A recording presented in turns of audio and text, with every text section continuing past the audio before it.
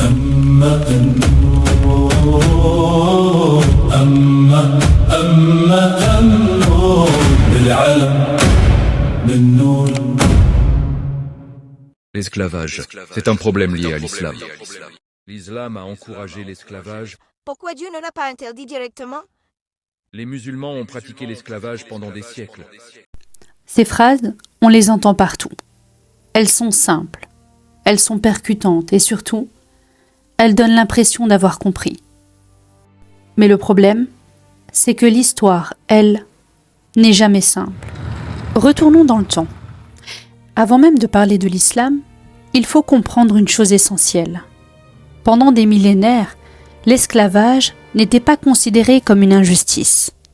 C'était une norme. Dans la Rome antique, jusqu'à 30% de la population était esclave. Des hommes, des femmes, des enfants.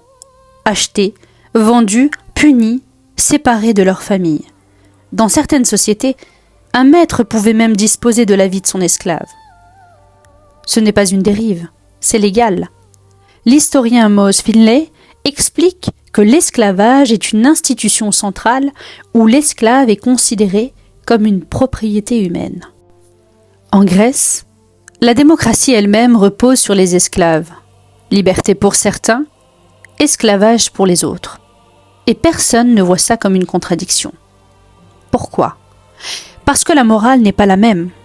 Le philosophe Aristote parle même d'esclave par nature. Aujourd'hui, cette idée choque. À l'époque, elle est logique.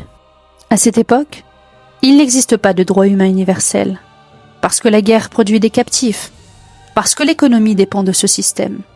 L'esclavage n'est pas vu comme cruel, il est vu comme nécessaire. Et c'est dans ce monde-là que l'islam apparaît au 7e siècle.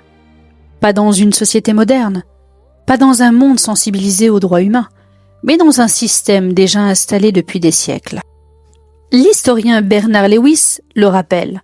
L'esclavage est une pratique universelle bien avant l'islam.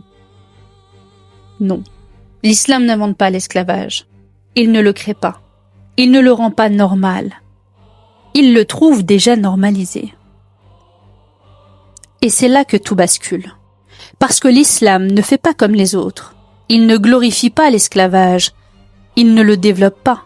Il commence à le fissurer. Le Coran introduit une idée nouvelle. Libérer un esclave devient un acte fort.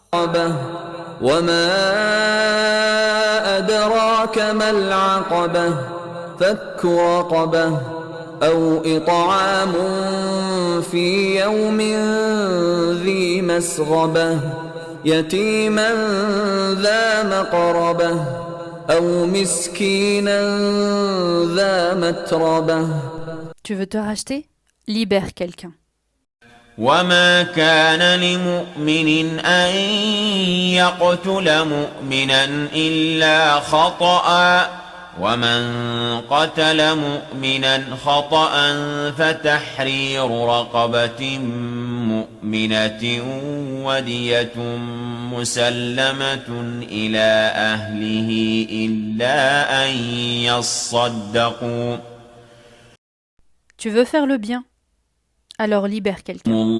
لا يؤاخذكم الله باللغو في أيمانكم ولكن يؤاخذكم بما عقدتم الأيمان فكفارته إطعام 10 مساكين من أوسط ما تطعمون أهليكم أو كسوتهم أو تحرير رقبة فمن لم يجد فصيام 3 أيام ذلك كفارة أيمانكم إذا حلفتم واحفظوا أيمانكم كذلك يبين الله لكم آياته لعلكم تشكرون.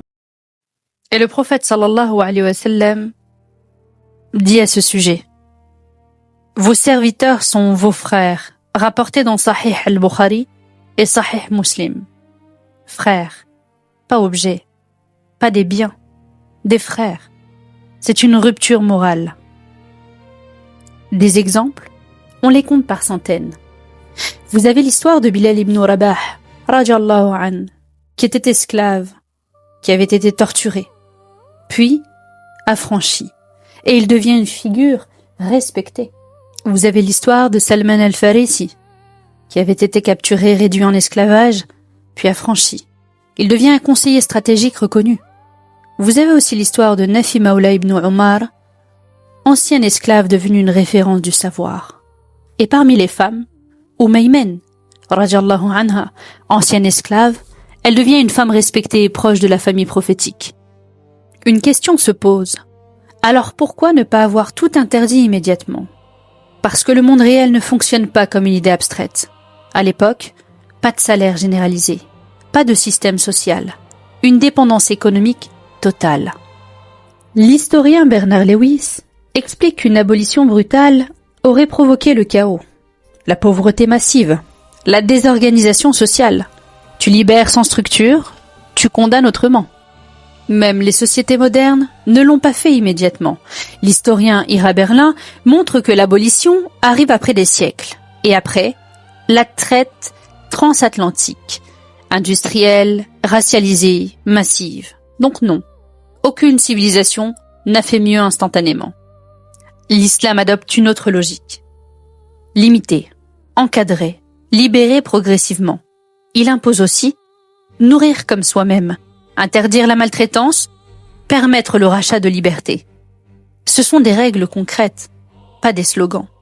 Des historiens comme William Gervas Clarence Smith montrent que des dynamiques abolitionnistes apparaissent dans le monde musulman. Aujourd'hui, beaucoup confondent l'islam et ce que certains musulmans ont fait. Oui, des sociétés musulmanes ont continué, mais l'Europe aussi. Toutes les civilisations aussi. L'homme ne suit pas toujours ses principes. La réalité est simple. L'esclavage existait avant l'islam. Il était normal pour les sociétés humaines. L'islam ne l'a pas créé, mais il a fait quelque chose de rare. Il a commencé à en sortir. Là où d'autres systèmes ont organisé l'esclavage, l'islam a organisé la sortie. Et surtout, il a changé une idée fondamentale. Un être humain n'est pas un objet. Le problème aujourd'hui, ce n'est pas l'histoire, c'est la manière dont on la simplifie. Parce qu'une réalité complexe, mal comprise, devient très vite une accusation facile. أمة النور نور العالم